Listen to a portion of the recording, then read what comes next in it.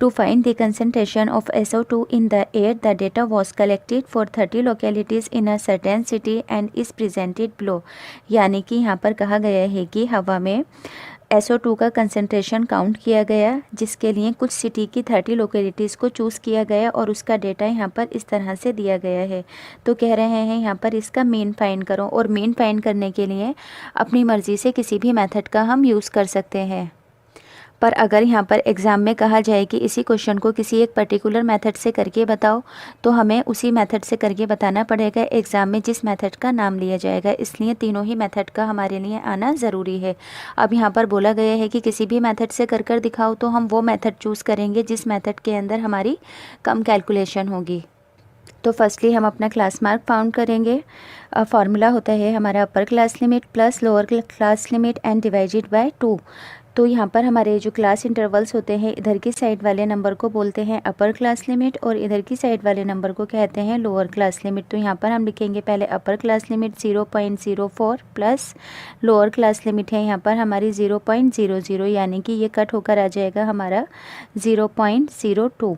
अब ऐसे ही नेक्स्ट है हमारा 0.08 अपर क्लास लिमिट और लोअर क्लास लिमिट है 0.04 एंड डिवाइडेड बाय 2 प्लस होकर होगा हमारा 0.12 और कट होकर आएगा हमारा 0.6। ऐसे ही हम अपने सभी क्लास मार्क्स को फाइंड करेंगे। तो यहाँ पर मैंने अपने सारे क्लास मार्क्स को लिख दिया है। अब हम क्या देखेंगे कि हमारे लिए कौन सा मेथड इजी रहेगा। तो सबसे पहले हम देखते हैं अपने डायरेक्ट मेथड को। अगर डायरेक्ट मेथड से हमारी कैलकुलेशन स्मॉल हो रही है तो हम डायरेक्ट मेथड से कर देते हैं, और अगर कभी भी डायरेक्ट मेथड से कैलकुलेशन हमारी लॉन्ग होगी तो हम हमेशा अज्यूम्ड मीन मेथड का यूज़ कर लेते हैं। तो यहाँ पर हम क्या करेंगे कि FI को XI से मल्टीप्लाई करेंगे।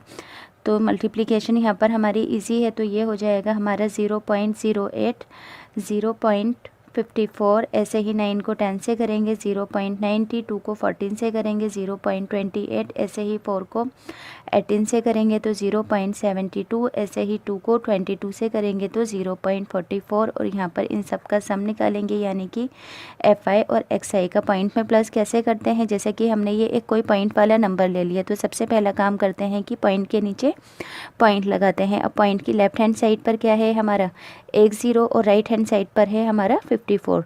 तो बस हमेशा हमें यही ध्यान रखना होता है कि पॉइंट के नीचे पॉइंट लगाओ, लेफ्ट हैंड साइड पर जो नंबर है उसे लिखो और राइट हैंड साइड पर जो नंबर है उसे लिखो। तो इससे हमारी कैलकुलेशन कभी भी गलत नहीं होती है। तो ये प्लस होकर आएंगे हमारे 2.96। तो मैंने यहाँ पर डायरेक्ट मेथड का फार्मूला लिख लिया है। वैल्यूज़ को पुट करेंगे, पहले सिग्मा FI का भी सम निकालेंगे।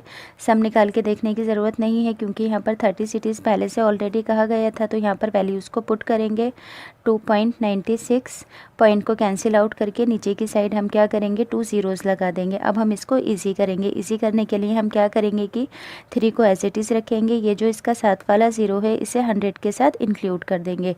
अब 3 से डिवाइड करने पर हमारे पास जो वैल्यू आएगी वो होगी 98.66। अब नीचे की साइड क्या था यहाँ पर हमारे पास 1000। अब यहाँ पर हम इसके 3 ज़ीरोज़ हैं तो 3 यूनिट्स के बाद पॉइंट लगाएंगे। तो पहला तो हमारा यहाँ पर ऑलरेडी पॉइंट था, अब इसके बाद काउंट करेंगे तो 1 2 3, यानी कि पॉइंट आएगा हमारा यहाँ पर 1 2 3 पॉइंट, यानी कि 0.09866 हमारा इसका मीन फाइंड हुआ। तो क्वेश्चन नंबर 7 हमारा कंप्लीट हो गया है। अगर आपको अच्छे से समझ में आया है तो प्लीज़ वीडियो को लाइक, सब्सक्राइब और शेयर ज़रूर करें।